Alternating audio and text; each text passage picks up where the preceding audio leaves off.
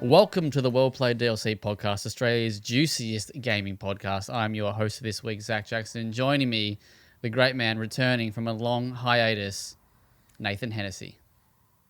Oh, you got me on the wrong foot with that one, mate. Long hiatus. I wonder what he's got next. Adam Ryan. Oh. I'm here. Long hiatus. Great name for a band. And another great man, the Italian man, James Wood. Bubba da Booby. That's not Italian. Well, maybe for Russell Crowe it is. Yeah. The barometer for true Italian. That's it. How are we going, James? It's been a long, long time, my friend. Has been a long, long time, hasn't it? Yeah. No, look, I'm good. You know, I'm thriving, getting over being sick. So I'm going to be a little nasally. But other than that, we're here, we're queer, we're Italian, hitting all the minorities. Gently. Well, Yeah. speaking of minorities, Nathan. Yeah. Oh, no. How's What do you got your, for me, big boy? lush red locks are flowing tonight? They are red tonight, aren't they? They are. It's popping. Popping. How are you? I'm doing so well. Do you know, so one of the perks about my job is I get drunk people compliment me a lot, and I normally get Chris Hemsworth. I'm so cool with that. I got Prince Harry recently. Ooh. Are you okay with that? I don't know. Yeah. I don't know. See, one was like, it's because you got the red in your beard. And then I told someone else, they're like, but you don't have any red in your beard. I'm like, what world are we... What? I don't get it. So anyway, Prince Harry, lovely to meet yous. If the hurdle to get over is having red in your beard and then you look like a prince, geez, there are a lot of princes about. Jesus. Especially considering I'm hailing from the convict colony. That's got to be a show up for the royals. Take that. Adam, Hello. what's a doppelganger you've been called? Or who's I it? don't know that I guess. I don't know. I've not been mistaken for anyone. Usually the gigantic gap in my front teeth kind of rules me out of most doppelgangers because I speak and then they go, whoa, never mind. It is what it is. That's grim. Isn't there that little, like the squirrel in Ice Age, maybe? Is he a squirrel? I don't know. Is The he little like- thing in Ice Age. The one that chases the The chestnut. nut. Yeah, Acorn. yeah. Big kind eyes. Oh, at least I didn't get Sid. At least I'm not the sloth. That's, No, bro, you're just trying to get your Yeah. nut. How are you, Anyway. Zach? I'm doing great. Sort of. You know, it's hard being the poster boy for a giant retail company. You know? Truly. Don't dox And well yourself. played. What's that? I missed that. I sorry. said don't dox I yourself. heard that. I heard you, but I didn't hear what Nathan said. I said you're also the poster boy for well played, man. That's a I lot of am, heavy I am. lifting, broad shoulders. Yeah, I know. That's why don't know where I was going with that. Anyway, Yeah, good let's enough. talk video games. Let's get straight into it. We've got a big, huge, epic show this week. We got Adam's big Ghost of Yotei review. James is going to talk a little bit of Silent Hill F. I might sprinkle a little bit of Dying Light the Beast on top, while Nathan will serve dessert with Final Fantasy Tactics, the Ivalice Chronicles. I was waiting to see how you would tackle that one. Is that Didn't right? disappoint. Close enough. Ivalice? I'd rather not correct him. Oh, you're getting there. Okay, well, fuck yeah. Anyway, but before we get into that, what have we been playing? A quick couple minutes between us all. I'll talk about what we've been playing before we get to the big stuff. James, what have you been tackling over the past few weeks, months, years? Yeah, I'm trying to think of non-content stuff. I continue to chip away at Kingdom Hearts. That continues to be Kingdom Hearts. It's doing its thing. It's doing what it's doing. But I think largely I've just been doing the Professor Layton game on the iPad before bed. Become like a little doddering old person where I crawl into bed at night and I have a couple of puzzles before I go sleepy time, you know? like really, it's where you want to be. That's like the natural progression of I'm just doing my puzzles. Really is exactly. like grabbing the newspaper. It's exclusively the only way I've ever played them. Oh, on the iPad. Oh well, like just sort of in bed yeah, just before you nod off. Couple of puzzles and you're gone. Cool port though. Translates really well. Touchscreen works well. Turns out to properly emulate DS games, we just needed massive screens. So, pretty solid. Nice. Yeah. You also tackled a little bit of Digimon. Do you want to talk to us about that? Oh, the 5 minutes I put into that demo and went, nope. Nice. Yeah, no, it just like when like you touch something and you're immediately like, okay, if I have to play this for 40 hours, it's not going to be pleasant. I don't want to write that review, so we're just not doing it. We love that.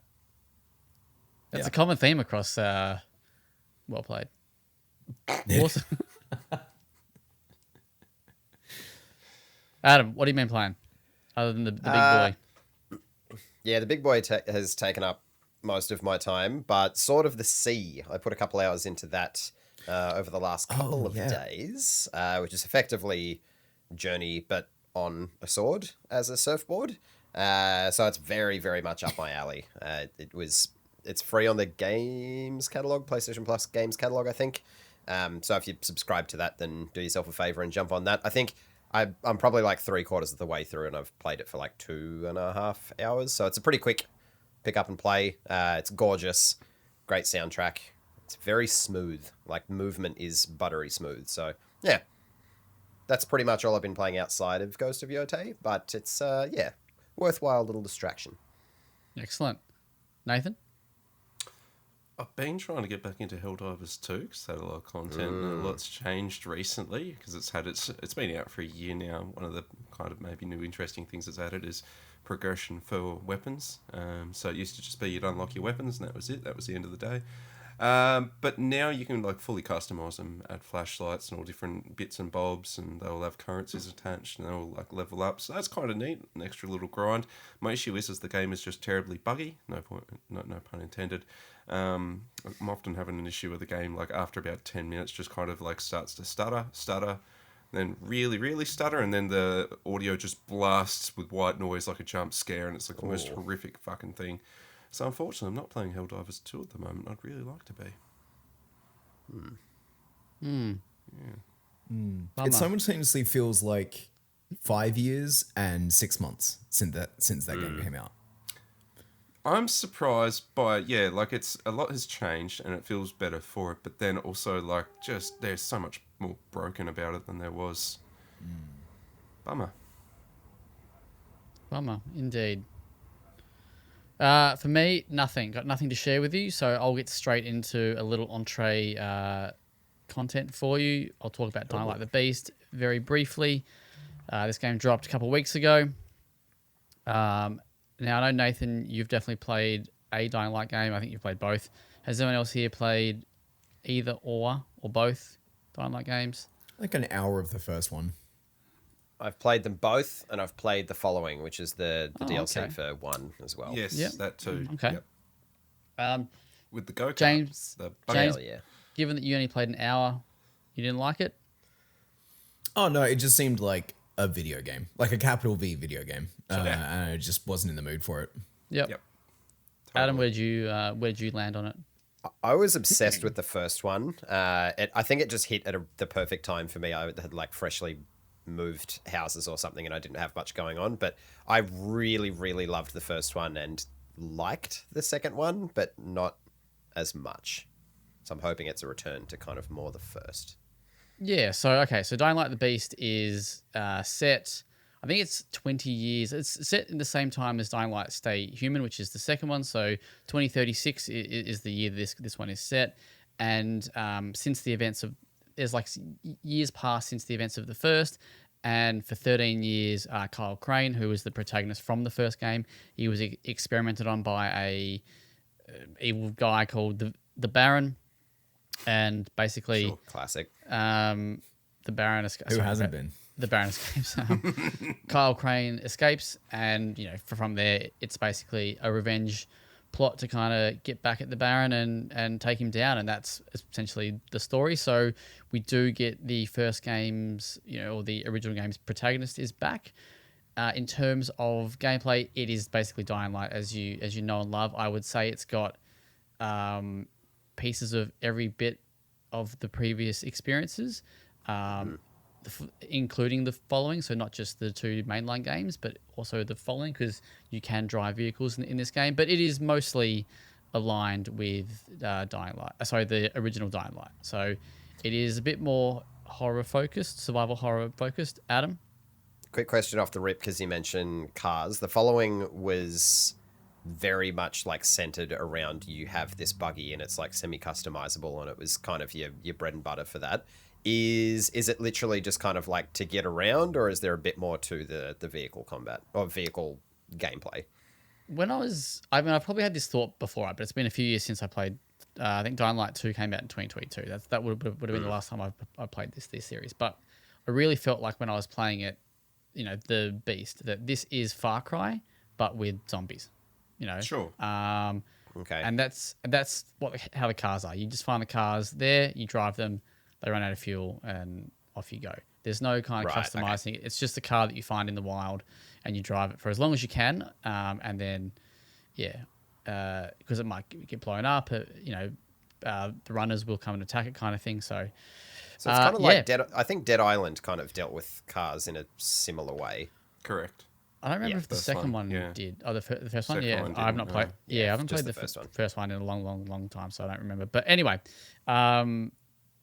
if you like Dying Light, the first one, and kind of didn't love the second one as much because it was a bit more action-y rather than a bit more horror-y, then I would recommend The Beast. I think this is a good game. I wouldn't say, the story's nothing amazing, but for me personally, for some reason, I just love fucking post-apocalyptic zombie games. For whatever reason, I just froth it, right? And this was Nathan refers to it quite a bit, but that junk food kind of game, this was just a capital V video game that just allowed me to drop kick zombies and, do all that wacky kind of crazy shit. The nighttime, though, is fucking terrifying. It's also terrifying to the point that it's actually too fucking hard. Like, there were multiple times, like, I reckon more than 10. This is why this game took me so long to finish. I saw people quoting that you could do this game like 12 to 15 hours. I'm like, dog, how are you doing this in 12 to 15 hours? Like, so basically I would, go out and do a mission. And there's no fast travel in this game, so you can't fast travel. When you unlock these safe houses, you can't fast travel from safe house to safe house, which I don't know if I like or dislike. I haven't quite weighed up how I feel about that yet. I guess the whole point of the game is the parkour, so you're meant to be... But when you're fucking sprinting through just fucking fields and shit, like, let me just go.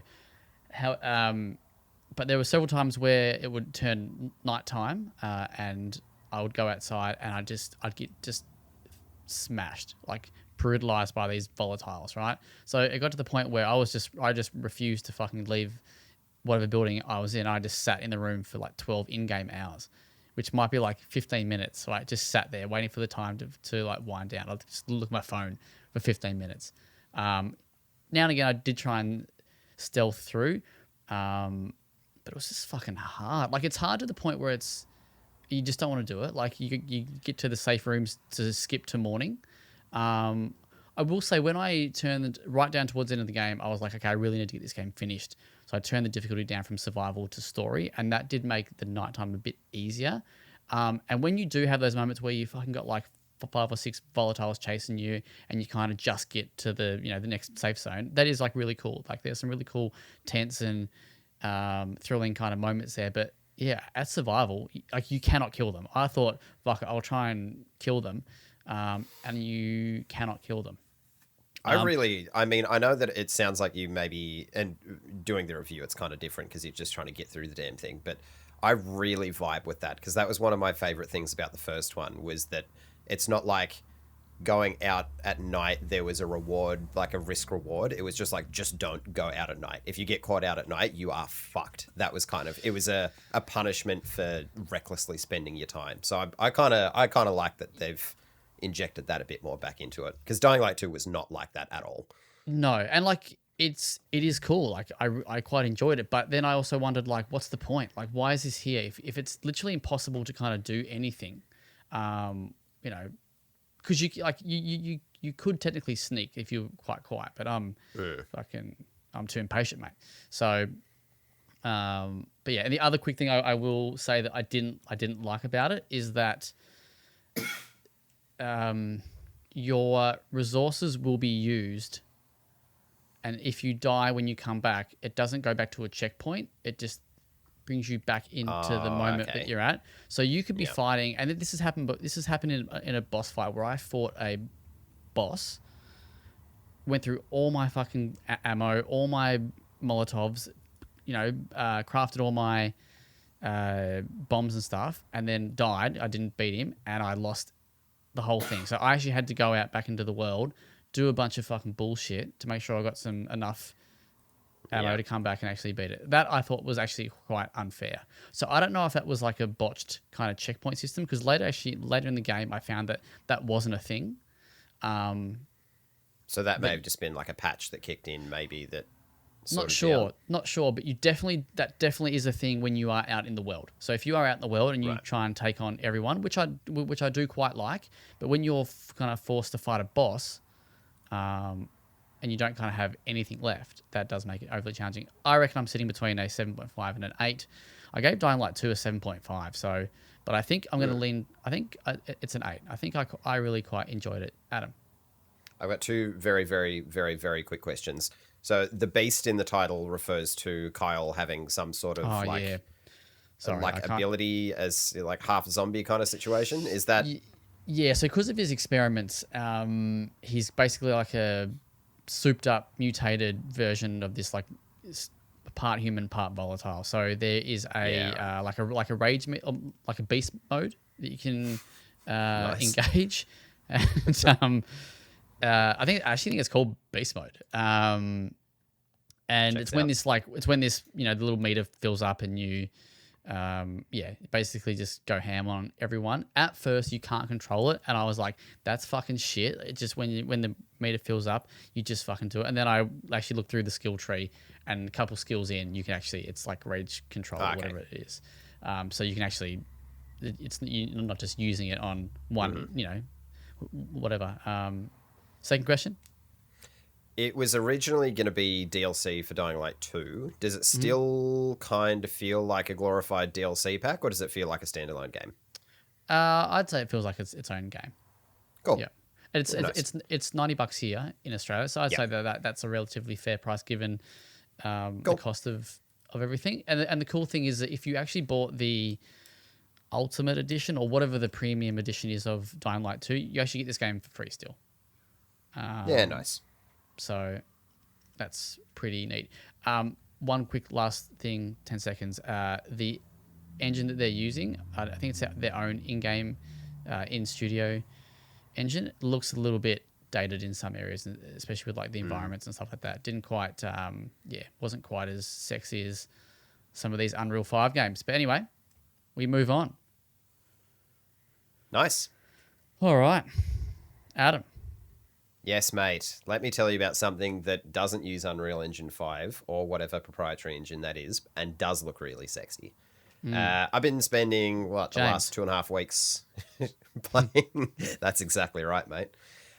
Playing Ghost of Yotei. So it's the follow-up to Ghost of Tsushima from Sucker Punch Productions. So if you played Ghost of Tsushima, you probably know kind of what to expect from this game. It's another open-world action adventure with some stealth kind of trickled in, and it's got a heavy narrative focus. So it sounds like it retreads a lot of the same ground as Tsushima. In a lot of ways it does, but it kind of evolves everything that I liked about Ghost of Tsushima, and I think it has a much more well-rounded and complete story as well. So this time around, we're not on Tsushima. We are in the early 1600s, so about 300 years after Jin Sakai's story.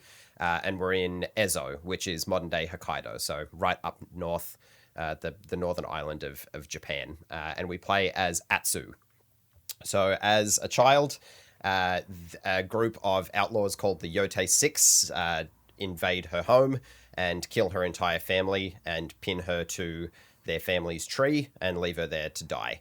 She doesn't die. She escapes and flees to mainland Japan to essentially escape all of the trauma that she had in that place. Doesn't deal with it in a healthy way. She becomes a mercenary, joins a whole bunch of different wars, just kind of never puts down any roots anywhere. So 16 years later, she's come back to Ezo to enact revenge and hunt down the Yotei Six. That's the core conceit of the narrative. Where it kind of sounds like another retread of just another revenge tale, I think it's a little bit more than that. I think it plays a really good companion piece to Ghost of Tsushima. So Tsushima had Jin as a fully grown adult. He was a samurai and his home was invaded, and he used the kind of angst and anguish from that to retake his home. But he was a fully grown adult at the time. So he was fully aware of the choices that he was making and kind of the honor that he was breaking to do that. Atsu's story is kind of the inverse. So she had her childhood stolen from her, and it was replaced by this rage that she doesn't know what to do with. And throughout the course of the story, you get to see her evolve into less of just the Onryo, which is the name that the people of Ezo give her. She's a relentless spirit that can't pass on through to the afterlife, into more of a fully fledged, more well-rounded human as she deals with her childhood trauma. So I think it's a better told and more relatable story, and I think for that reason it struck chords with me a lot better than Tsushima did. And I think Atsu's a great character. She's played by Erika Ishii, who does a fantastic job as well. Emotes incredibly well. She starts off as this, really gruff, kind of no emotion person, and eventually kind of softens throughout the game. I won't spoil anything, obviously, but there are some side characters that are fantastic as well and all have depth, including the Yotei Six as well. So they're not just these faceless characters that you're kind of ticking off a list, Far Cry style. As far as the gameplay is concerned, the kind of rock, paper, scissors combat is back. So if you have a heavy, there's a way to deal with them. A dual katana, there's a way to deal with them. But instead of how in Tsushima there were stances, you had a katana and you took on different stances, Atsu has a different weapon for each kind of different enemy type that works well against them. So she has dual katanas, a Yari spear, a massive Odachi, which is just an ungodly massive katana. So there's kind of more depth to how you attack each of these different enemies. It's not just strike a different pose, hit a heavy attack, break their stance, move on. They each kind of have a different personality and they have a different skill tree, and they each feel unique and worthwhile to explore. And you don't have to use them just, there's a heavy, switch to this weapon. They're a little bit more, I don't know how to kind of put it. They're more versatile. They're not just kind of funneled into one sort of use case. That you learn how to use them through senseis that are throughout the world. So you have to learn how to use them, and each sensei has like a little quest line. So you get access to the weapon, but then you can continue their quest line and gain more abilities that make them more potent for the different enemy types and whatnot as well. And there's a few other little wrinkles to combat. So enemies can disarm you and you can disarm enemies, which kind of obviously gives you the edge in combat. But if you become disarmed, every enemy around you gets exceptionally aggro, and like they take advantage of the fact that you don't have a weapon in your hand. If you get disarmed, you are fucked. That's kind of, you have to roll towards your weapon to pick it up. Otherwise you are completely done. And the other little wrinkle is you can throw weapons now as well. So if you find a spear in the environment or an enemy that's dropped their katana, you can pick it up, piff it at them, and you usually kill them. So that's kind of the new little bits and pieces with gameplay. There's a flintlock rifle and a few other throwable items as well that kind of round out the arsenal, which I think all have their own personality as well. But the other, I suppose, combat-focused difference... Hello, Zachary. I just wanted a quick question about the voiceovers. So last time I think they had Japanese voiceovers. They did, didn't they, right? Mm-hmm. And that was the cool way to play. I think that's the way I played it from memory. Yeah, so in the first game, there was the option to have a Japanese voiceover. There is in this as well, and it's fantastic again. But in the first game, the lip syncing didn't match. It was the English lip sync to Japanese voices. This time, no matter what you pick, the lips sync correctly. Because I wanted to play in Japanese for Tsushima, but could not deal with the lip syncing issue. It was a fucking mess. But yeah, they're all synced this time. So yeah, there's no issue there. So with having Erica, did you play mostly in English or did you play mostly? I played mostly in English this time around. Okay. All right. Yeah, but yes, the Japanese voice cast, because I did maybe a couple hours with the Japanese voices, also very good. I didn't have as much time to spend with them, but yeah, they were both very good as well. Right, yeah, combat. The wolf that you see in a whole bunch of the marketing, I was kind of thinking it was going to be a little bit of a cringe kind of situation where he kind of just runs around with you and you press a button and he attacks whoever you like.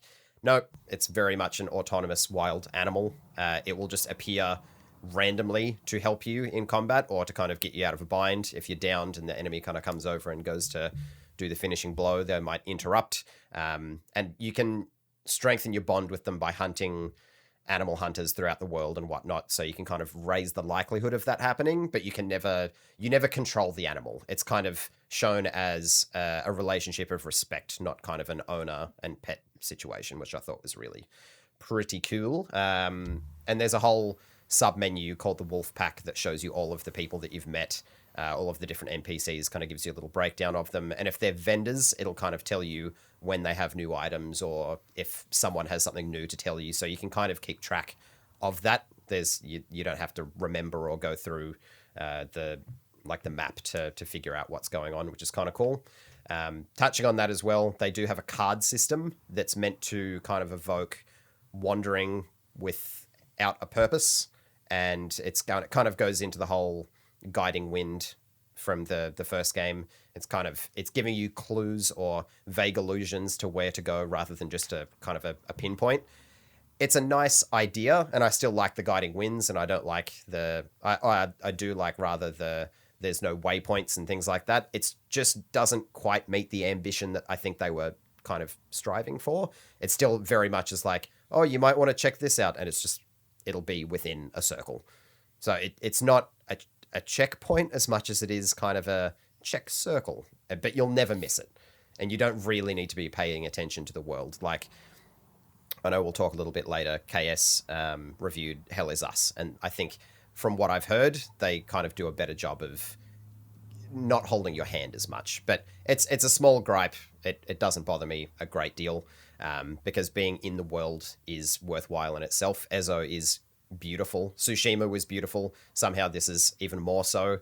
It's a fairly small open world, but it's very, very dense. So you've got like the hot springs that raise your health, the bamboo strikes to raise your spirit, all of those kind of little side activities. Instead of writing haikus, you paint now with the touchpad, because Sucker Punch love using everything on the controller. If you hate that shit, you can turn it off. You don't have to use it. I think it's kind of cute. But yeah, the world is gorgeous and you always want to be exploring it. So if you're going from point A to point B, you'll find like 5 or 6 things along the way that you're going to want to stop off and interact with. Zachary. Great stopping point, because that actually is one of my questions. So one of the things,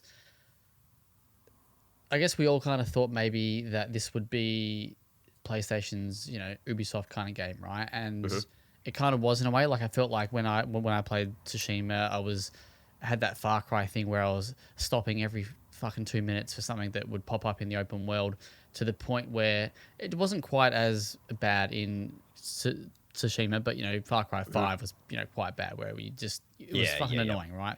How does this game do that? Because you're saying that you're finding 5 or 6 things along the way, but like, are they getting in the way? No, you can ignore them completely if you like. So the little gold bird reappears, and the foxes that kind of lead you towards things. So you see them, and if you're in the mood to do a little side activity, you can. Otherwise, you can very much just ignore them. Like, you'll natively get, to get an experience point, you have to bow at a shrine, which you can just find throughout the world. And there are like climbing challenges to get to them because they're in, high, hard to reach places. But also there'll be an enemy encampments that you'll just be doing anyway. So you'll still get you'll still experience progression without being forced to interact with shit in the open world. So if you're not interested in doing any of that, you can just mainline it or go after bounties or do whatever you like. There's an incentive to do it because they're interesting to do, and the open world is kind of invites you to explore it, and it's fun to do so, but you can ignore them if you want. Yes, follow-up question.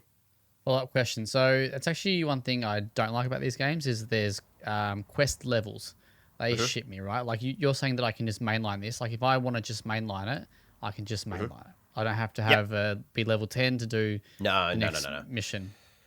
You don't even, for the most part, have to collect all the weapons if you don't like. Like, if you want to be a real masochist and just take your katana through the whole thing, you certainly can.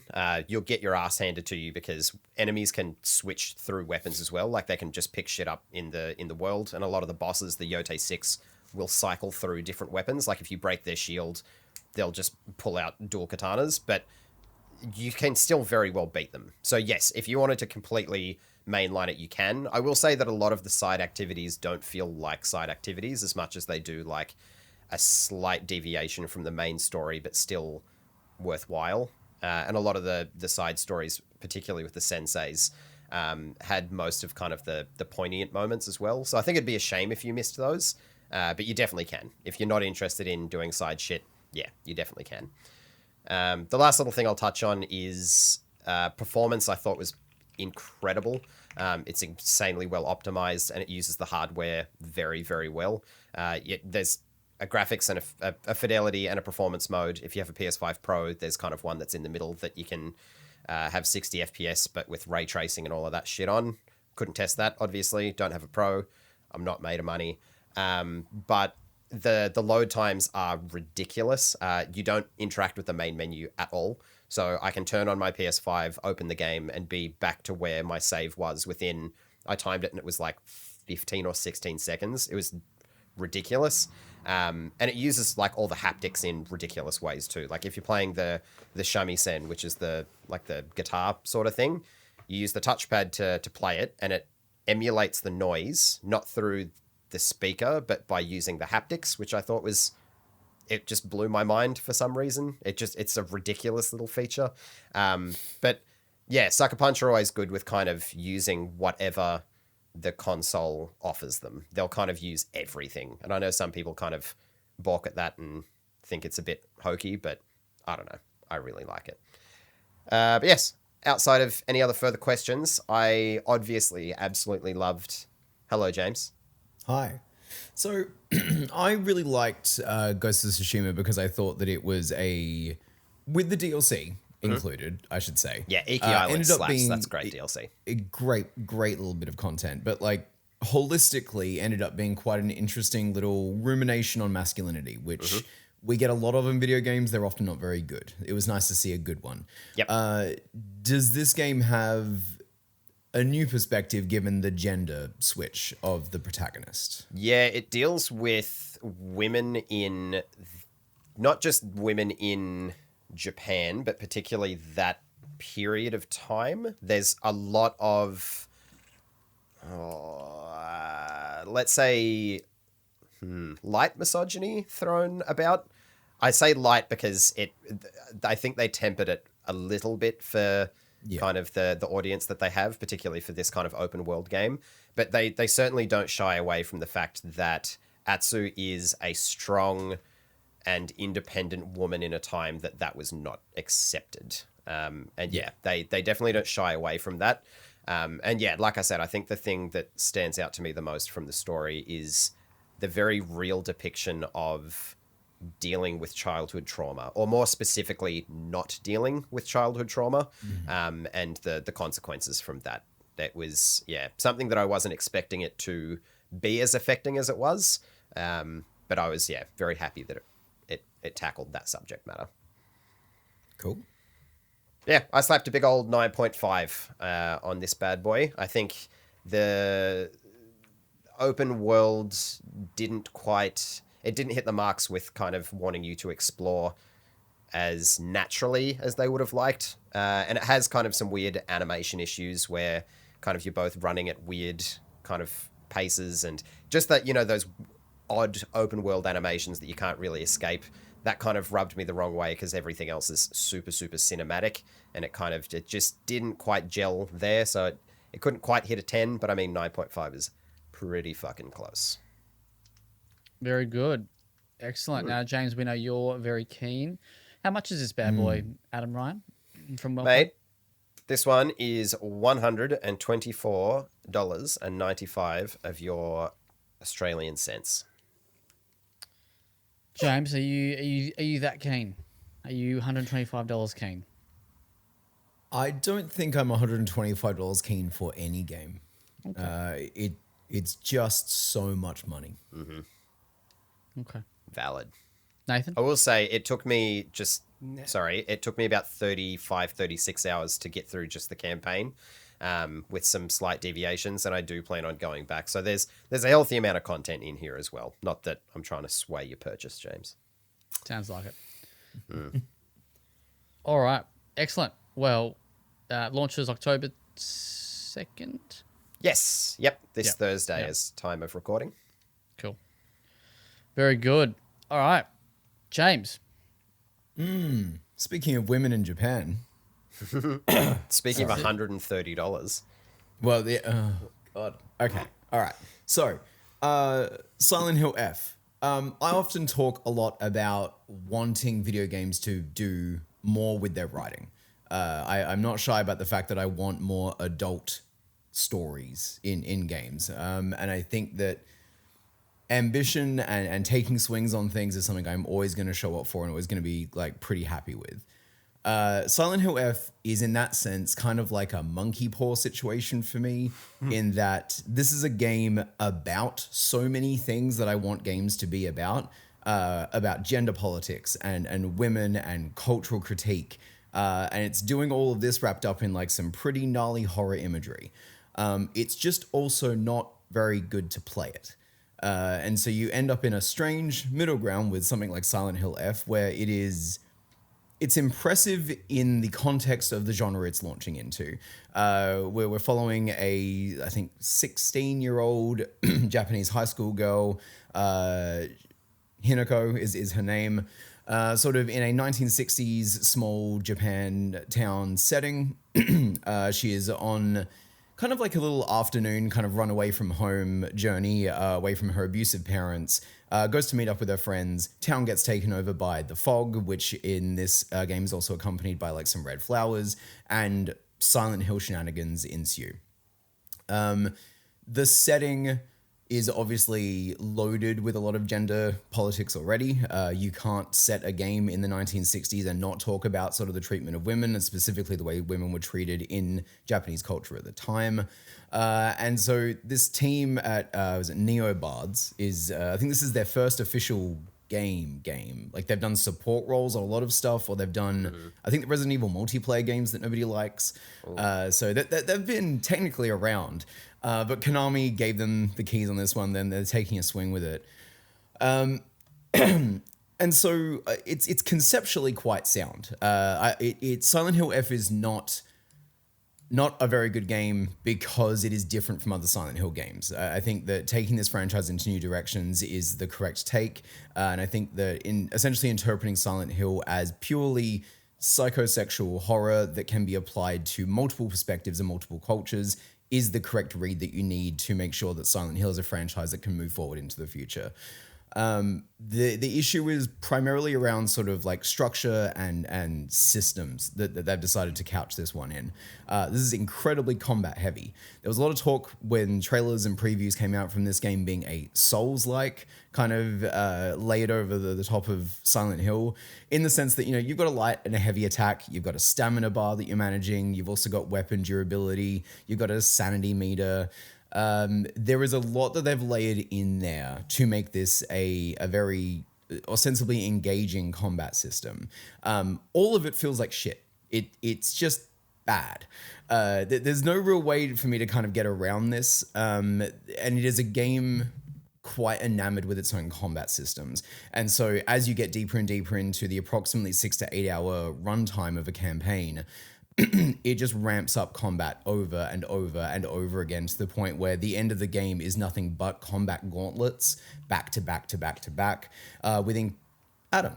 This is, sorry, because I'm not super familiar with the series, just kind of have only ever seen it from the outside looking in. This is purely melee combat, yeah? Yes, no guns this time. Okay, cool. Yeah. Cool. Yeah, like pipes, sickles, knives, all All of them break shit that you quite just kind of quickly. like pick up in the world. Yeah, Gotcha. exactly right. Yeah. That combat is also now. I mean, Silent Hill games have boss fights. It's not news to anybody. These boss fights are very much like pattern recognition, dodging at the exact right moment. We have firmly crossed into action gameplay territory with the kind of the language that this game is using. And so you end up in a space where it's just not a very fun game to be engaging in that combat, and there's so much of it. On top of that, the exploration stuff, which is very standard for the survival horror genre of like you take a space, you move through it, you find a key to the second floor, then you find another key to the basement and whatnot. They're very like repeated patterns that we've all done before.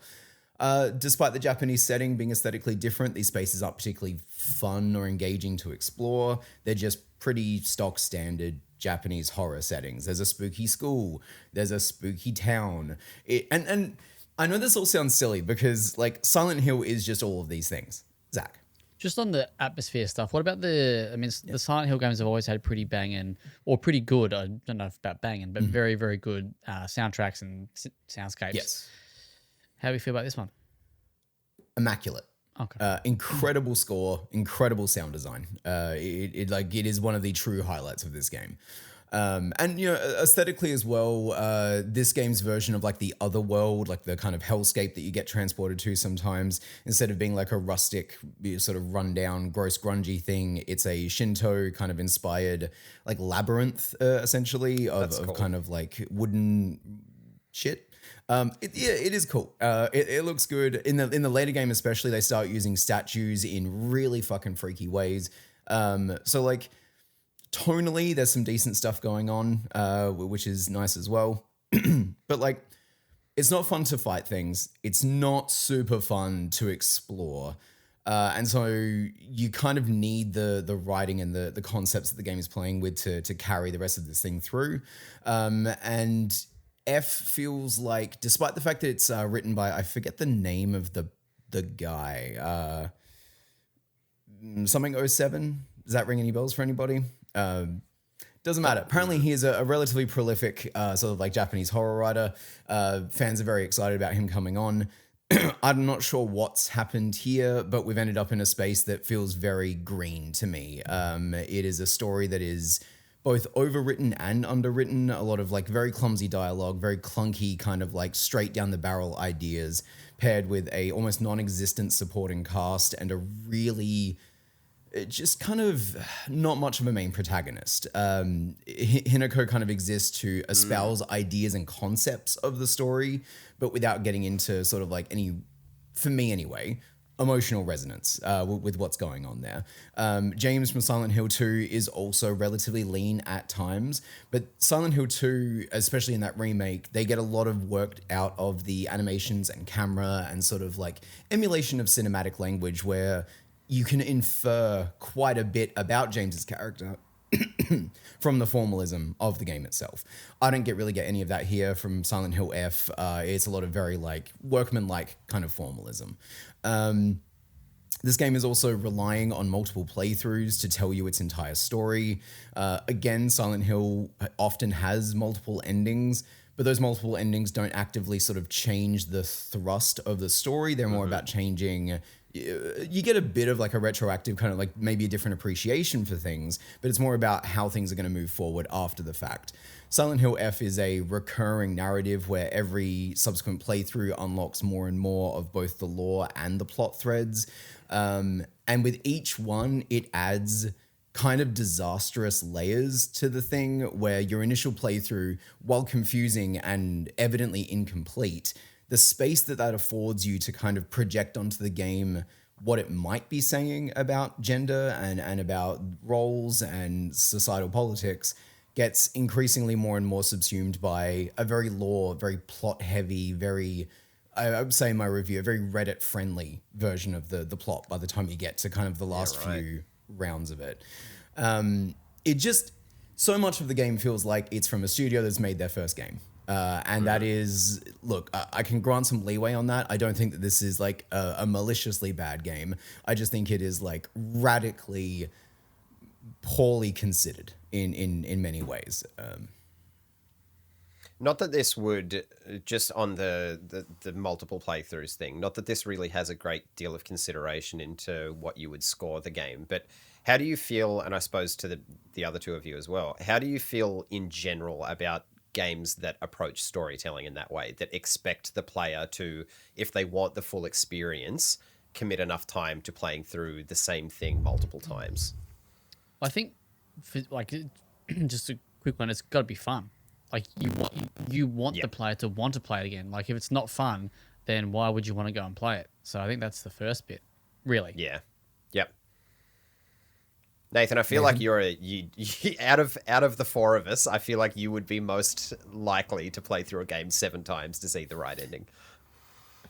I will. So I'm quite guilty in saying the only time I'll do that, only one time, visual novels, and even then I'm not very happy about it.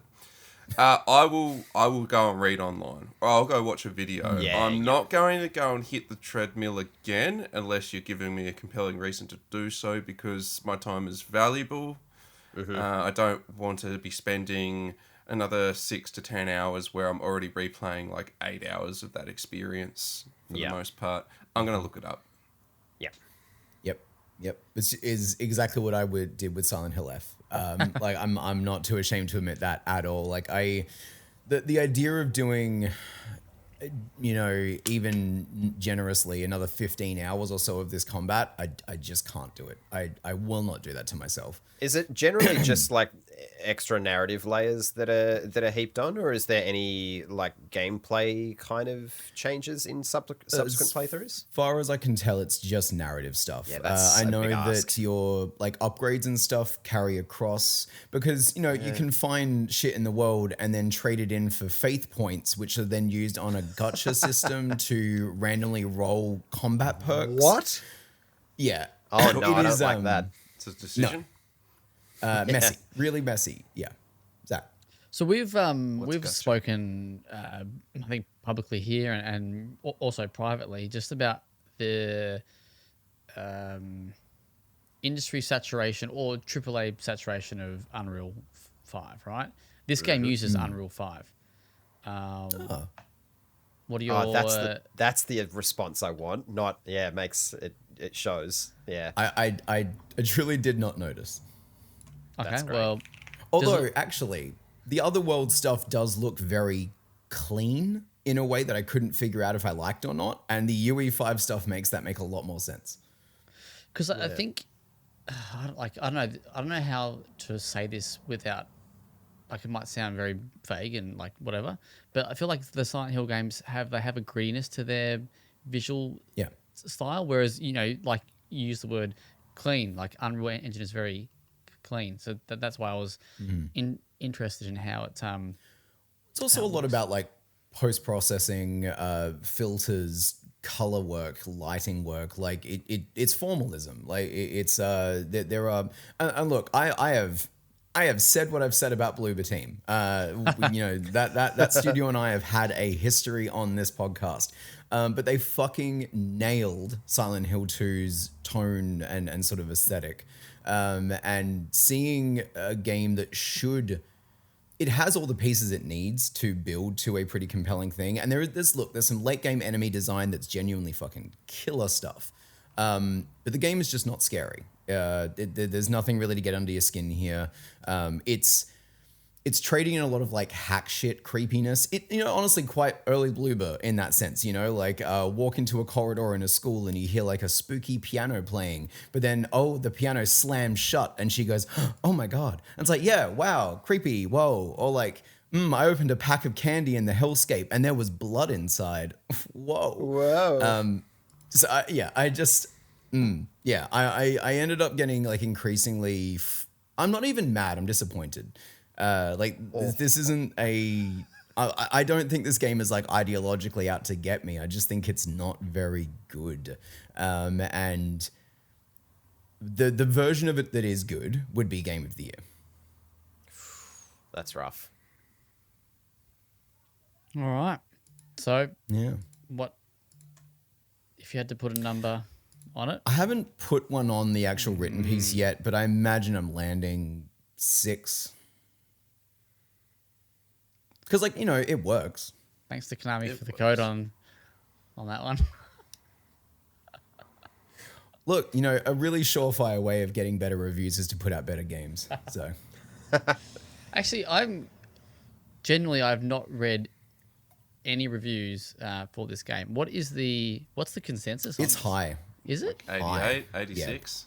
People are 88? real high on What? this thing. Yep. It's north of 85. Yep. Even our, And again, even our it's because, boy like, I Rev. think that Hell, 86 on Metacritic. Yeah, right. Yeah, 86. it's technically about things that we should be making games about. And so I understand wanting to give it a bit of leeway and a bit of generosity to be like, well, we're finally getting a game that's talking about women in this capacity. I just think that we owe it to art and also to stories about women that deal with this subject matter to go a bit beyond. You can't just be about it. You need to have something to say about it. And I think that this game fails to provide even alternate perspectives, nuanced perspectives. It is very much about sort of like very broad stroke misogyny, and then it starts burying that in deeper and deeper video game shit. And I just, no, we deserve better. What if I told you that Ghost of Yotei is 1 point critically better than Silent Hill F? Would you pay $125 for Ghost of Yotei now? No, was it We'll 100? start asking questions about Ghost of Yotei, don't we? We're real stuck on Yotei here. Yeah. Yeah, right. Okay, wow. James, not James, sorry. Nathan, you're probably the next big Silent Hill person that I know. Yeah. Has James pulled you away from wanting to play this? Do you want the honest You answer? should play it. What's that? The honest answer would be yes, because it's like $120. I'm looking for an excuse not to, so we'll come back to it in a year when it's a little bit more palatable. Yeah. But will I play it? Oh, absolutely. Yeah. Yeah. All right. I mean, look, I'd be very open to alternate perspectives on this. I know that like my takes on video games tend to skew much more critical. So like I'm not opposed to being proven. Prove me wrong, kids. But I just, But you won't. Yeah, but I won't be. Very good. All right, good stuff. All right, Nathan, your turn to take the podium, my friend. You've been playing. I forgot the name of it, but it's Final Fantasy something. Final Fantasy Tactics. The Yeah. Ivalice Chronicles. I'll take it. Pretty bloody good, eh? Well done, mate. Thanks, Can we Nathan. take alright. it from you? Yeah, go. The floor's yours. Excellent. So for trivia, this one's actually doing an 88. So this is 1 point up on Alright. Yotei, 2 on Silent Hill F. God damn. That'll be an interesting framing for what comes next. So I just got to take the gun Bet you out of the shot and Square preface be by happy saying, with those reviews, wouldn't they? I think so, and me too. Big Final Fantasy fan. Never given the game anything but love. Just fucking love this series. Final Fantasy Tactics Advance, like the kind of like pseudo sequel to this game, would be hailed as like my favorite game of all time. So it was with some excitement that I got to sit down with Final Fantasy Tactics, the Ivalice Chronicles. So this is a remake of a remake. Tactics got a remake in like 2008 on the PlayStation Portable and iPad called War of the Lions, and this is a subsequent remake of that as well. So PlayStation 1 game. It's an isometric turn-based strategy game. So your battlefields kind of look like cubes that you rotate, the little sprite dudes that you order around, and they take turns hitting one another. This was all very good back in the day. This is like hailed as one of the best Final Fantasy games, and as an isometric tactics game, it's really cool. It's got a very deep system that involves the jobs/classes, so you can build characters pretty much any which way you'd like to, whether they turn into like an orator or a geomancer or a ninja or a samurai. It's very broad. It's very cool, and you'll build up a squad of like 5 dudes effectively to take them into these battles, and if they like die, they remain dead. So there's this high risk reward ratio. This for a Final Fantasy is a little bit odd. It only has like one central character that's not kind of like plagued by any like you know that they're gonna kind of see the story through.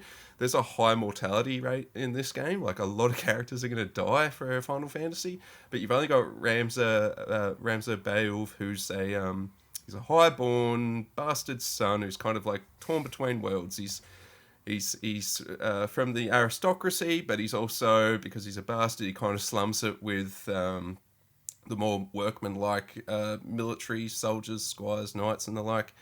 But he's not really regarded as an elite. Where this story then takes place is there's been a 50-year war. And because of that, but in the country of Ivalice, because of that, there's all these roaming bands of military people who are no longer getting supported by a war effort. They're just kind of left roaming around. And this stirs the pot for a bit of subterfuge and a grand political narrative that then sets off. So this is kind of the answer to the Wars of the Roses, or the material that Game of Thrones is based off of. So this is a very dense political narrative. Strands of Arthurian in there. Adam, what do you got for me? Do I have to know how to read, or is it voice acted? Perfect question. So this is the first time that we've had this game voice acted. One of the big stars here that we know of is Ben Starr. Of course he fucking virtually is. in every video game now. and I'd be pleased to say it's my favourite part of this game. So it's as I say, dense political narrative. Lots and lots of reading. It's kind of full of Middle English isms. So if you're reading it, it can be really fucking daunting. As I was trying to play it as a teenager, I kind of fell off a little bit with how cumbersome the text seemed. But being voiced and being given life via dramatic theatrics, it's elevated. It becomes a kind of literature. You will spend enough time immersed in this odd language that you'll come to understand it and appreciate it. And the stories that are being told here are quite remarkable for a Final Fantasy. It deals with a lot of themes that we wouldn't see here, like slavery and drugs and darker themes I won't name. It's a very adult story. So again, I couldn't appreciate it as a teenager. I can appreciate it a lot more now. So story's a big winner here, and it's exceptionally voiced. And also on top of that, those little isometric levels I was talking about that look like cubes, they're the perfect little stages for these kind of theatrics to take place upon. So it's a very efficient use of its game world in creating a really cool story. It is very striking to look at. Like, I'm not a tactics man, but it is like, I've always appreciated how these games look. They are very cool. Art style's a big winner here, and this has never looked cleaner. Everything's really sharp, and I was playing it on a TV where I could read everything with no issue. There's a lot of information on screen. And so much so that they've brought back one of my favourite features of Final Fantasy 16, which is the encyclopedia. I'll just quickly mention that passing, but there's a lot of story. As I said, this is preluded by a 50-year war, which is all story that's densely packed into this game as well. So there's over 50 years of story that's crammed into this one little game. Quite significant. You've got a reference point that's just brilliant. Like they've kind of set Square Enix are kind of setting the standard for in-game encyclopedias. Weird thing to acknowledge.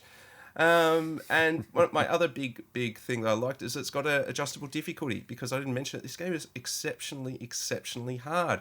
If you have one of your 5 little duties die in a session, in a scenario, you're potentially looking at hours of wastage, because you spend so much time grinding your characters into whatever they become. You have to mold them from what they start out as just a simple squire or a chemist. They start off as one of 2 classes, and you have to level them up through, half a dozen or more, maybe even a dozen different classes to get them to where they are. So for them to die is hours and hours lost.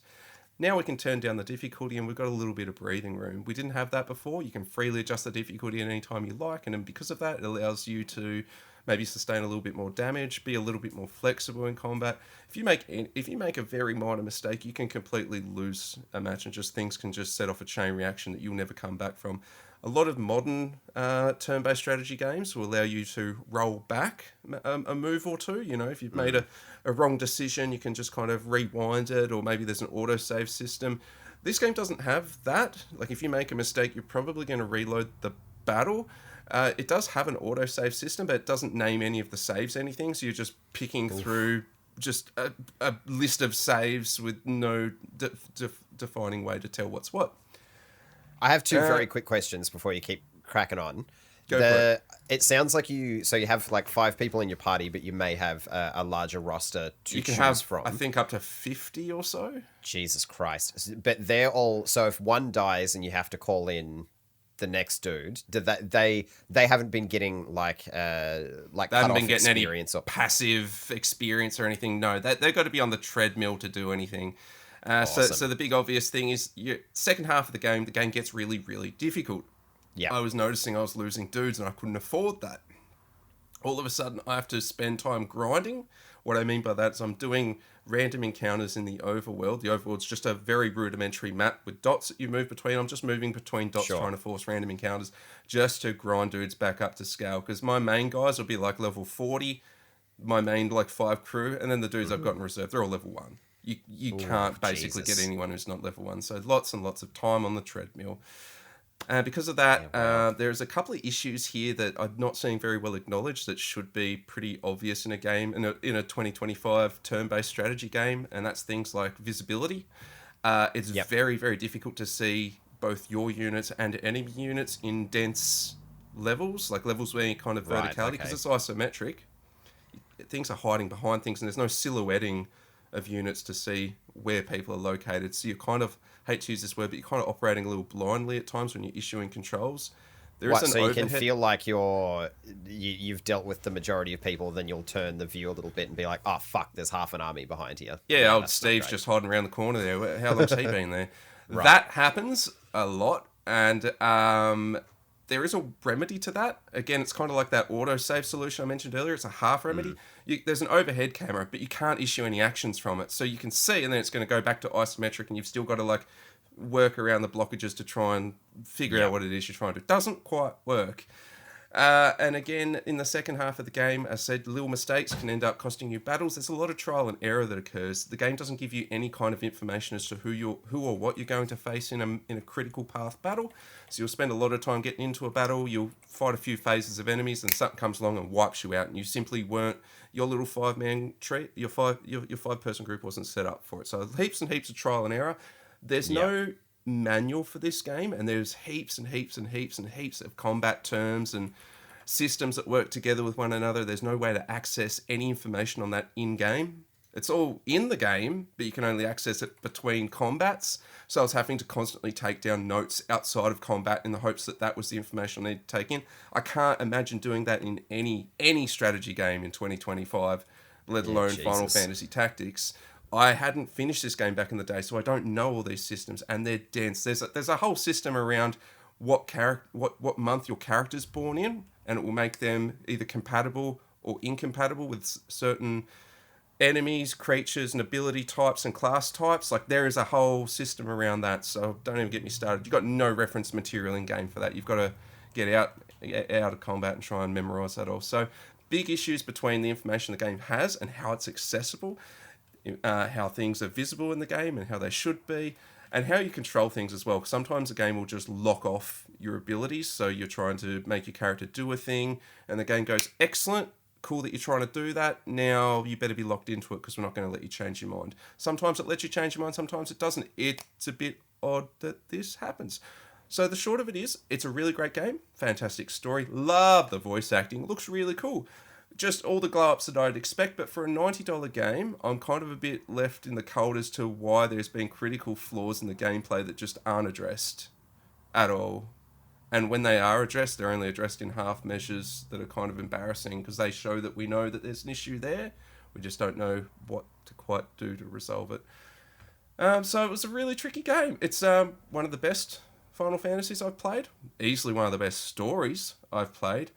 but missing far too many quality of life and just standard turn-based strategy controls and functionalities that we expect today that I'm just shocked are missing.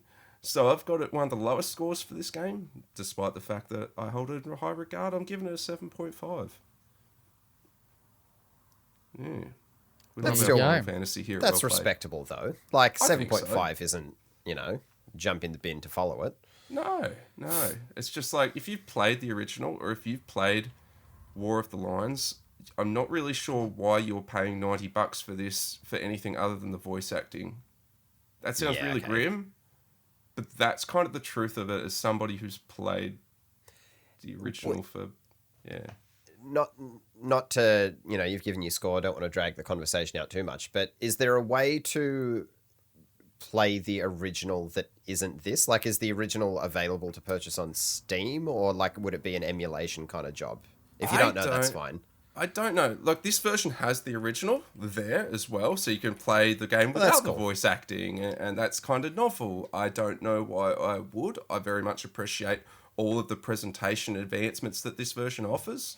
Yep. But I have read since that there is gameplay additions that were introduced in the PSP version that are absent here. Things as characters and classes and stuff that they just didn't include. Even though they included the translation from that version, they didn't include any of the gameplay additions, which I thought was Right. odd. Okay. That's bizarre. This is not It the doesn't comprehensive version of this game, you might say. strange. It doesn't look to be available on Steam. I haven't done any looking further than that, but No, but the Could Ivalice run down Chronicles to your certainly local will be. cashies. could 39 run. bucks. How good is Cashies though? Truly. So all that to say, happy, love a great line. and I'm really excited that I'm hoping that we'll get Final Fantasy Tactics Advance in the next year or two if this review doesn't shut down Square Enix's enthusiasm. I'm sure they're resilient enough; they'll survive. I love them. Very good.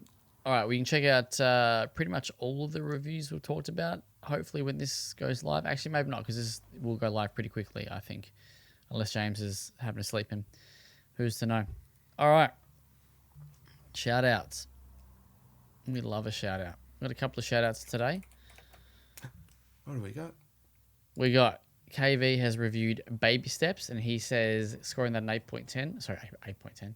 8 out of 10, saying it's a part physics based slapstick open world walking sim, part satire of the worst parts of modern gaming. Baby Steps is a stumblecore banger that only with those a penchant for punishment and hyper-realistic donkey dicks will manage. I really want to give this one a crack. Same. It does look like fun. It blows me away that Gabe Cazillo is one of the developers from this. He and a few other people made Ape Out, which is Yeah. like a vastly different game. So it's, bizarre. Yeah, it looks great. Keeping on theme with the 8s and the Ks, we got KS, and he gave Hell Is Us an 8 out of 10, saying Hell Is Us has a unique tone and setting that complements a deep combat system and exploration puzzle elements, but its complex layout and crisscrossing side quests may have you begging for a map that the game proudly withholds. James, you had a little dabble in the demo. Didn't quite kiss your lips. How does reading KS's review make you feel?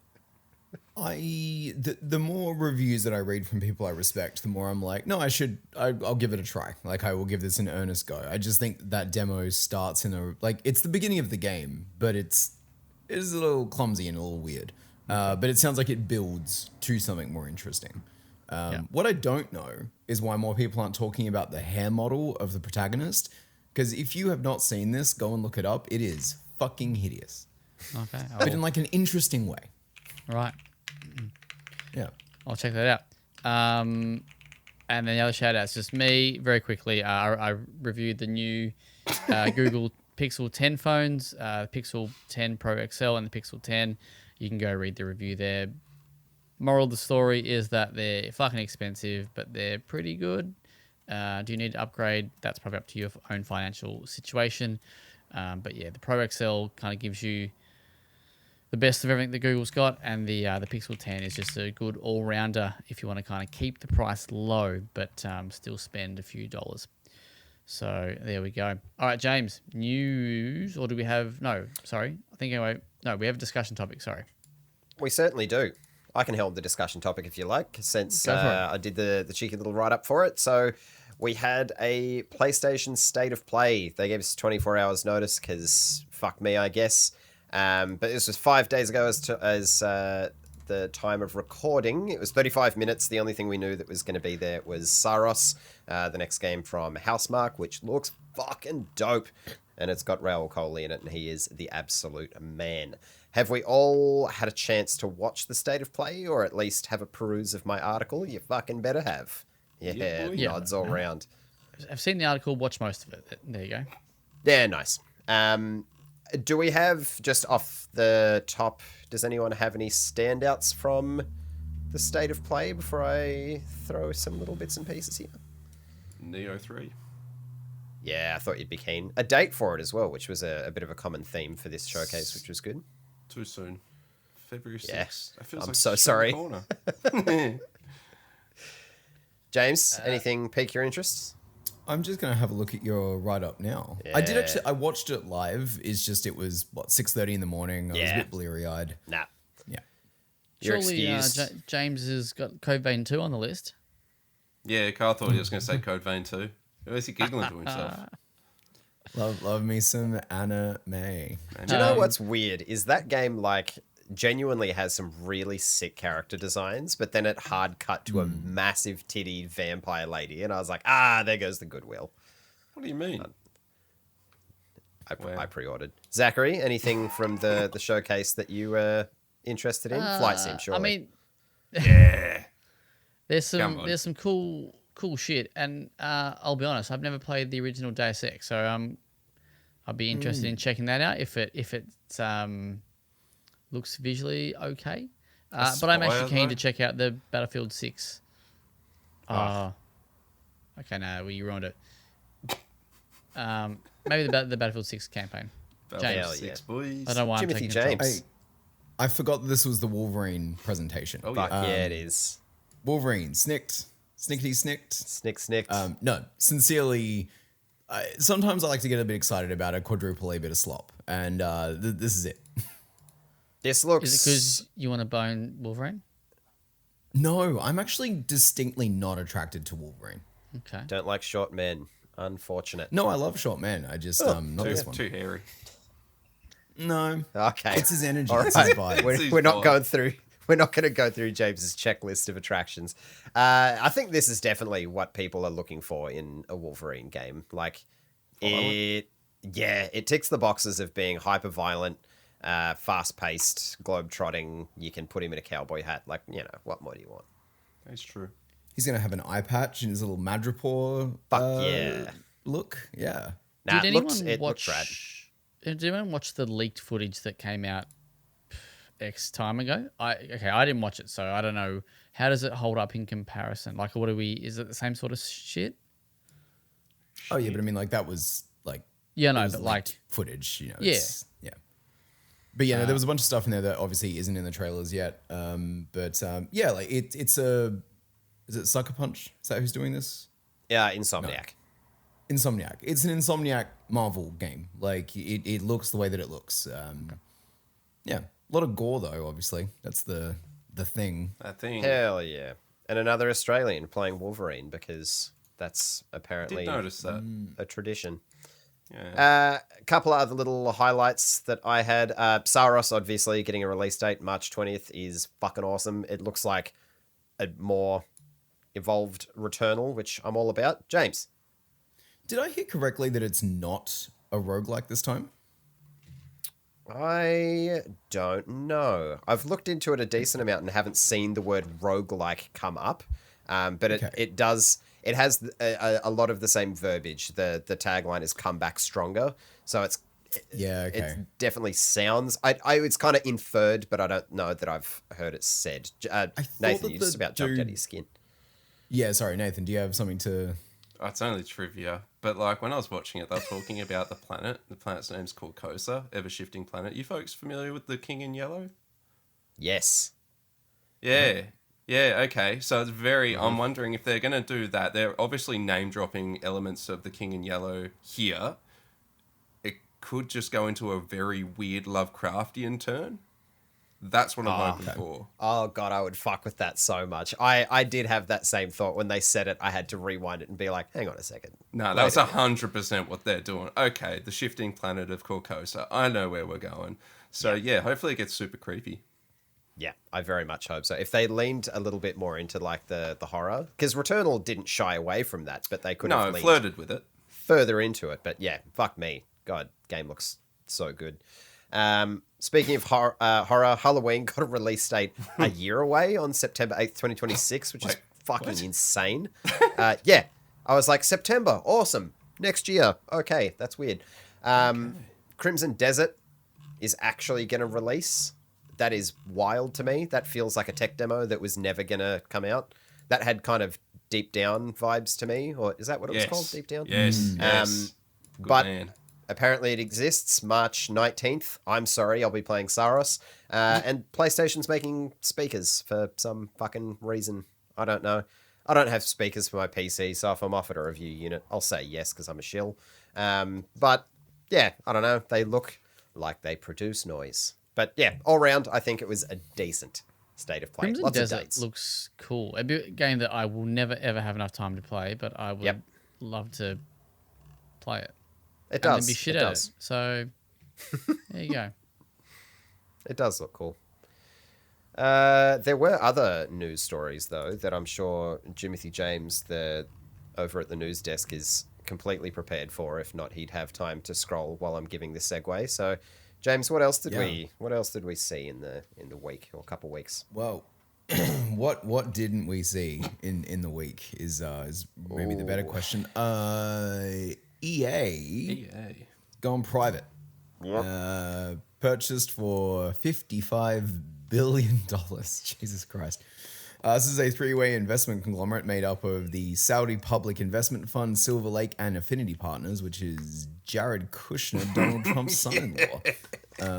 These are all things that I knew, but now I'm reading them from Adam's notes. I sound like I've never read words before. I love this game that we're playing here.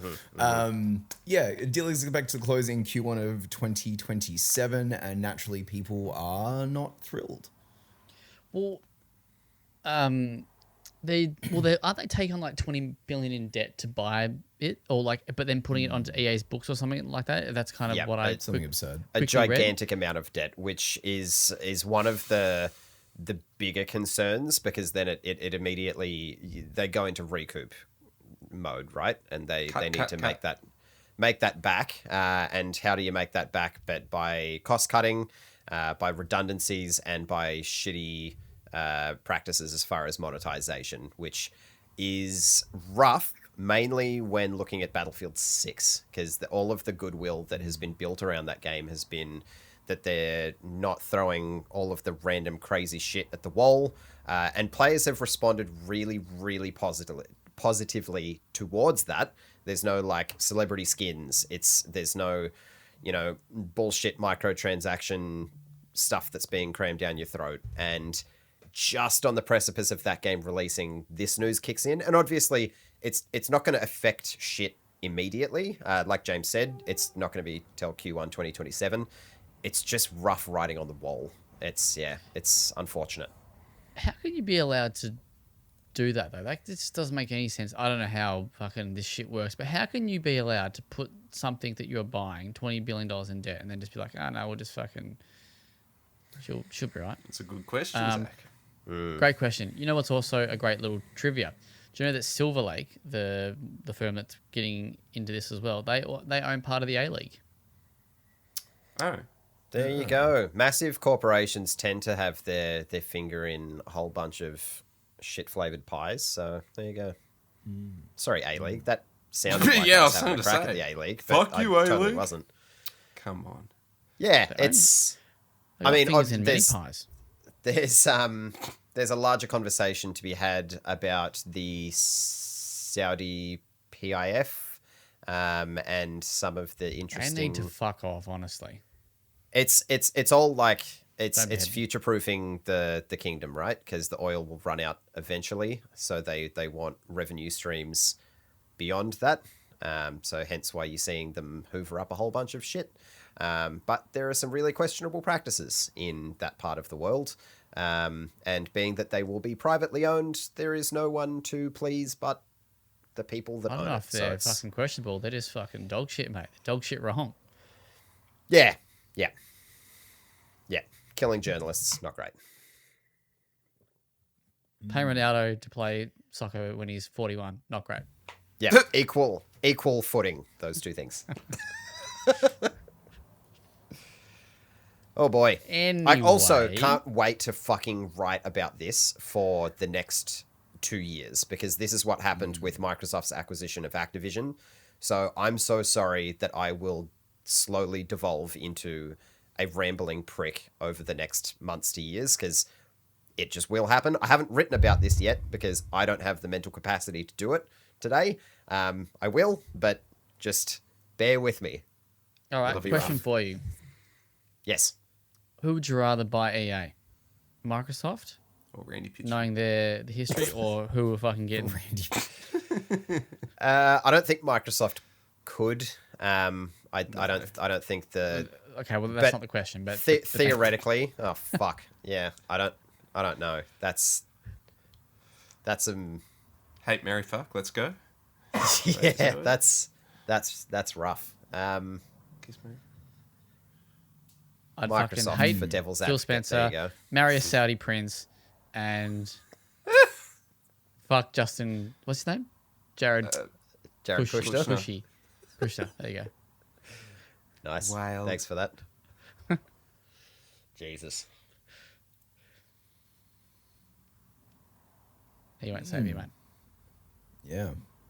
Speaking of blood money in video games, Adam, you want to... Jesus fucking Christ. Yeah. Cue up that segue and then kick to me, you bastard. Look, okay, all right, okay. If I could be just a little prick for just a second. Of course. It is interesting when we wheel out the moralizing over where the money comes from. Just broadly as an industry, when we freak out and when we sound the klaxons and when we don't, it's just interesting. Did I do something wrong? No. Well, I mean, Am I why No, I'm mum and dad teasing, aren't yeah. together anymore? You're bloody right. yeah.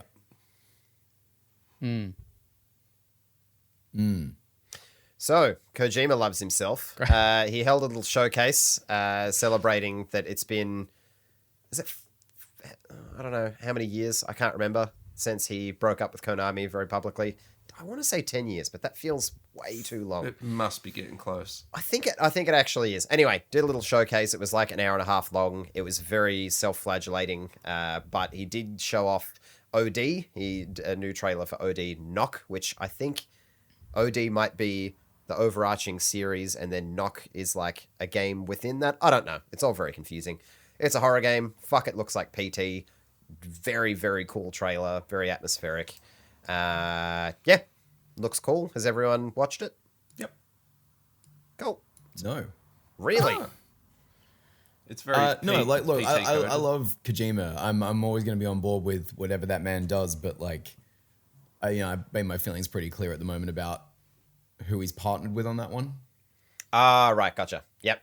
Fizzant, do you have more positive feelings about Fizzant because it's PlayStation backed? I don't even know if it exists. Well, look, I mean, like, there's at least no. Well, I'm sure there's some ethical concerns, but like, none immediate ones. Sure. So yeah, it's fizzing it up. The whole Fizzant thing, the whole tactical espionage action, it's a static image. Fuck, it looks cool, but it is a static image. It's a JPEG, bro. Let your very much imagination run is. wild.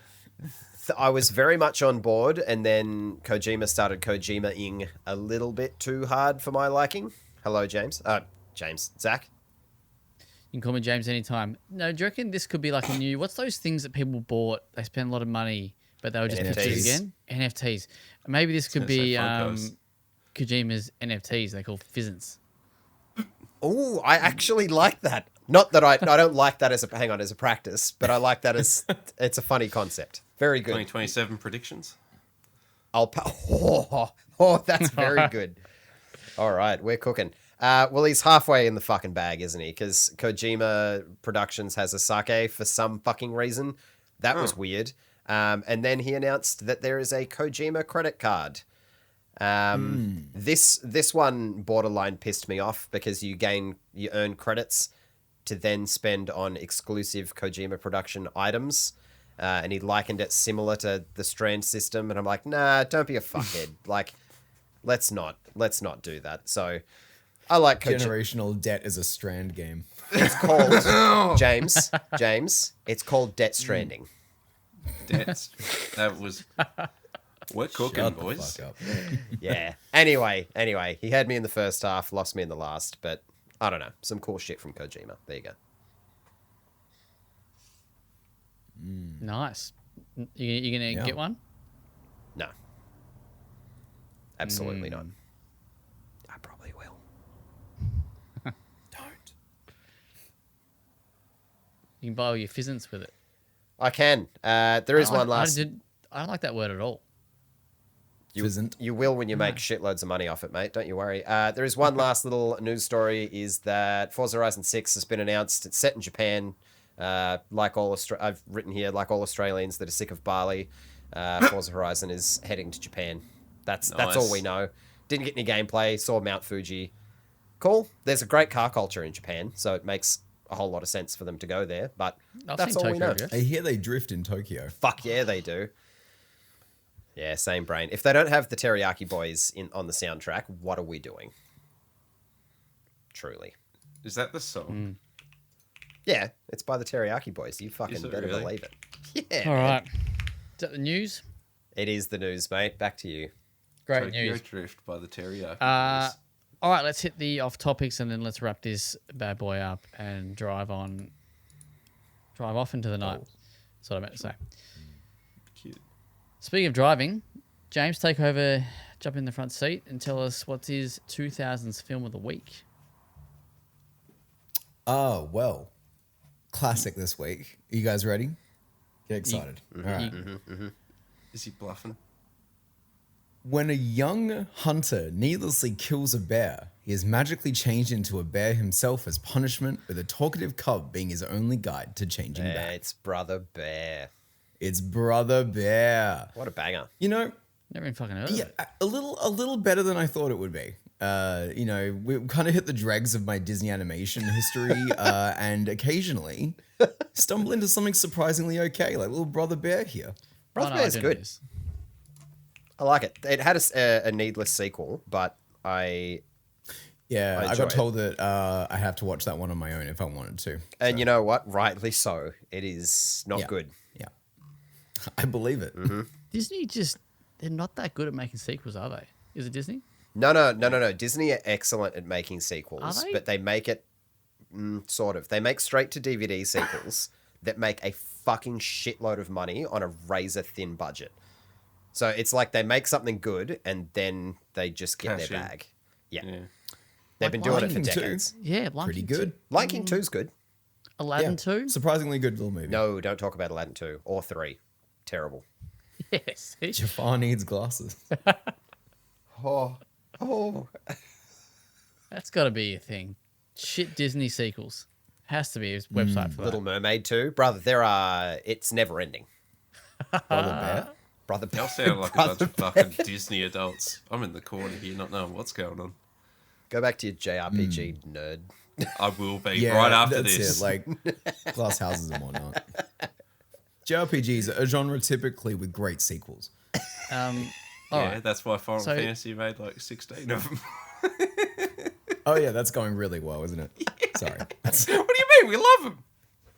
So the AI Do overview. we love that new one? No, it doesn't matter. We don't have time for this. Go. I googled We love them. shit Disney sequels, and the AI overview says many Disney sequels, particularly direct-to-video, as the great man said, animated sequels like Hunchback of Notre Dame 2, you know that had a sequel, Mulan 2, Esmeralda's Cinderella Revenge. 2, Dreams Come True, are widely considered bad due to low-quality animation, uninspired stories, ruined character personalities, and focus on merchandise over narrative. They make fuckloads Mulan of money. 2 she convinces them again. Like, what are we doing? No, I actually am a man. Never mind. I was lying I twice. tricked you. It was a double bluff. I'd watch it. Very good. All right, Nathan, what have you been watching, my friend? Talk to me. What have I Or been? not. Oh, I watched Liam Neeson, Pam Anderson's The Naked Gun. So that was how was kind that? of funny. I hope. Yeah, I enjoyed that a lot. I recently watched the old Naked Gun with like Leslie Nielsen or whatever his name is, and I found that it aged horribly. But my favorite part of it was like the co-star, the like buddy cop in that is O.J. Simpson, and it's hilarious to me because it's a comedy film, and O.J. Simpson has no comedic timing whatsoever, and everyone's in on that but him. So like they're constantly trying to get him to do bits and stuff, and he constantly fails, and they just keep the camera rolling because it's hilarious just to watch him attempt it. But yeah, in this new one, I think Liam Neeson, he's just doing Liam Neeson, but with like a film noir jazz soundtrack blowing horns over the top while he does a whole heap of monologuing. One of my favourite scenes is when he first meets Pam Anderson's character. He's like describing her from head to toe, and he says, and I quote, she has a backside that would make a toilet beg for the brown. And he says that in his most Liam Neeson like Jesus just Christ. fucking just crisp like hoarse voice. And I was like crying. Like I was like, "Fuck, that's funny," because he's just doing straight laced Liam Neeson the entire time. That's a Zach Jackson quote, and that is exactly why he's laughing so much. Yeah, bloody oath. I don't know. Zach might enjoy it. It's a hard one to recommend because it's such a very specific style of dumb humor throughout. Well, I do like dumb humor. I did. I mean, I haven't seen the originals in like fucking God, I don't know how long. 25 They've years, aged. maybe more. Yeah, right. Anything else you've been watching or seen? Nah, I'm reading. I'm about to finish book 9 of The Wheel of Time. I've got 6 more to go, boys. Jesus. Hell yeah. Powering through them. Jesus. Loving it. I'll see you next Nice. year. Good stuff. James, other than Brother, what's it called? Brother Bear. Brother Bear.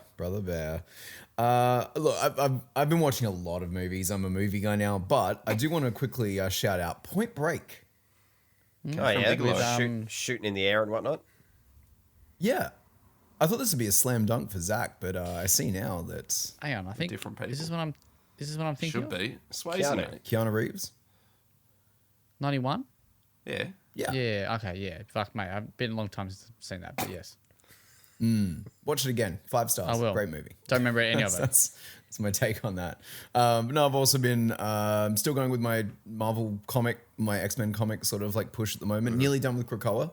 That has been a fascinating experience to watch fall apart in real time. But I've also started Claremont properly. I think I'm up to like 5 years into his run now, or something like that. I met Madeline Pryor, for anyone gives a shit. Nice. Yeah, She- fun things are happening. She exists. I know some does. of this, but I read like the Claremont stuff so long ago, like 10 years ago. Oh, I say the stuff. There's so much of it. I didn't read it all. It's good, There's a lot, yeah. Wolverine went to Japan, had that little adventure that they turned into that terrible movie. So I've done that now as well. Hence why also the Wolverine game got me so excited because I'm like, I'm kind of unironically an X-Men fan now. So you should this is built for me. Fuck yeah. I'm so happy for you. Yeah. That's about it. Nice. Adam? So I told you boys when we were having a bit of pre-podcast banter that I watched a terrible movie called Spin the Bottle with Key. It's a horror movie that's got a 3.6 on IMDb, and it is genuinely fucking atrocious in like a very entertaining way. Outside of that, I like to do this every once in a while. I dragged Key along with me. You jump on KO, which is like the sports streaming service, right? Yes, And you go to yes. other sports, and you just Yes. watch whatever the fuck is there, usually on ESPN 8. I've almost done this. Yes, go on. It's so worth doing. We spent an hour watching Roof Bowl, which is a bunch of guys hanging out the front of someone's house, throwing an American football at a weather vane. Fuck yeah. And that was televised in the US, so Dudes rock. Hell yeah. it certainly explains the state of the country. But yeah, that's it. Did you know KO has a rodeo fucking channel? It just doesn't surprise me. It really doesn't. Yeah. Unfucking real. There are rodeo video games. You shouldn't play any of them, but I Wait, sold a what? bunch in my EB Games days. Oh, yeah. I didn't know such things existed. Popular with farmers. That'll surprise Well, you. you'd hope so. Otherwise, I'd be asking questions. Yeah, that's me. That's me this week. Very good. I like for how me, I typed in rodeo video games. The first one I got was Warhammer 40k Death Watch. Sure. Amazing. Oh, it's I made by started- Rodeo Games. Well, I'm nearly finished. Slow horses. Nearly. Well, actually, the new season's out. Don't insult me. But I haven't started it yet. But Black Rabbit with Jude Law, Jason Bateman. Oh, yep. On Netflix. Oh, okay. No, shaking the head. Just Of these titles, they're not real. Oh, yeah, fair enough. Black Rabbit's real enough. Like, ooh, I've started the teapot that boils on Apple TV. Have you? What the fuck are you No, talking about? that was Teacup. That's the other one that he watched. It was a real one. Yeah, I did forget about Teacup. Yeah, I gave you the. they can't go over the line. That's Or- it. so- That's the one. No tea for you. I don't fucking. Why you haven't got me? I just watched it. I didn't make it. It's I really do appreciate that every single episode you bring some new form of like something that someone made. Some Scandinavian bullshit that no one's This heard has of. got, okay, well, this has got some pretty big dog names in it. Anyway, so Such Black as Rabbit, Jude Law. Netflix, Jude Law, Jason Bateman, and then the guy I can't remember his name, but has anyone seen Gangs of London here? Yeah. Main guy from Gangs of London. I can't remember his name, but he's him. Anyway, I can't remember. his name. it starts slow. I think the acting does a lot of the heavy lifting initially, but it's kind of gotten pretty cool now. Jason Bateman is a really compelling bad guy, or bad person, especially after I don't know if you ever watched like Carry On, where he was like the bad guy in that Christmas film. Really, really good. And Jude Law is very, very good. Basically, it's they own a restaurant, and then Jason Bateman's character is a bit troubled, comes back to town, and kind of shit goes down, basically.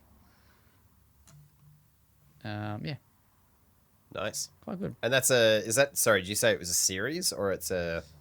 Yeah, Netflix. mini-series. Or not, well, what they call it, limited series, whatever they say. Sure. And Alien Earth nearly at the end. I think the last episode's this week. How are you finding that?